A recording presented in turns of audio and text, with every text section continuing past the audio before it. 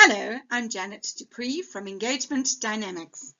Our Astute Women, Astute Leader and Astute Minds events are part of our global village ecosystem to raise astute leaders across the planet. On the 5th of March 2021, we partnered with great delight with the EMEA chapter of Keynote Women Speakers for an International Women's Day event, which we titled The Ripple Effect. I hope that you will enjoy this short, riveting presentation from that event. Cecile, Bastien, and Remy. Cecile is a TEDx award-winning speaker and an international presentation skills trainer. The topic of resilience has special meaning for her. At 21, she was in a car crash that took away a lot from her. Whilst developing deep expertise in communication skills, she also articulated what resilience means, how to trigger it, and how it leads to a happier life. When she's not on stage, Cecile helps her clients become the speakers they really, truly want to be. She works with corporations, universities, and professionals. I now hand you over to Cecile. Thank you. We can have the start of the slide deck. At 21 years old, the night of my birthday party, I had a car crash. And when the ambulance picked me up, the first time someone talked to me, I heard nothing. The first time I opened my eyes, I saw nothing. And the first time I wanted to talk, I could say nothing.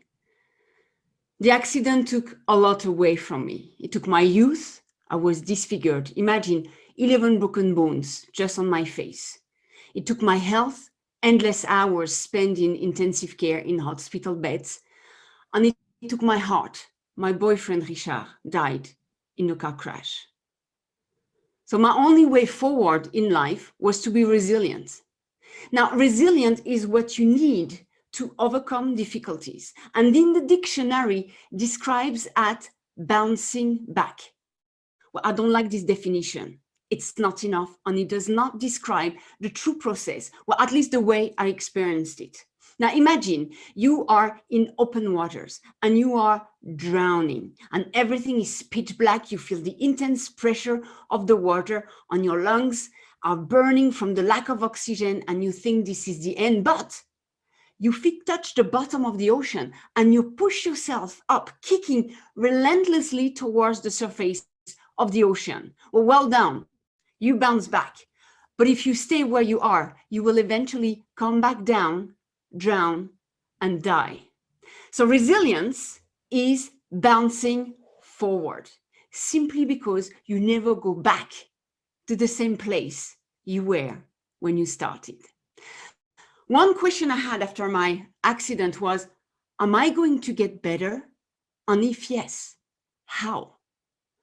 I don't know about you, but in France, where I'm from, you do not learn about resilience on school benches. And when our mental health is in need of healing, access to professional psychological support carries a strong stigma or is simply not available. So how do we become resilient? I want to share with you a 3-step process to resilience, how to bounce forward, because they are the lessons I learned through my recovery journey. And hopefully this will help you to be resilient too. So first, we need to accept what is happening and let our anger, sadness, and vulnerability be. So counting the losses is easy, but you will need also to count what you have left and how far you can go with it. And only then you are ready to bounce forward. Second, have a plan. Who do you want to be? Planning and visualizing the future is the only way ahead. Now, your grit will be tested and more hurdles might come in your way.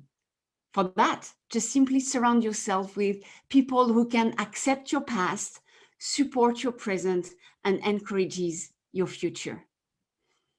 Third is the lessons learned.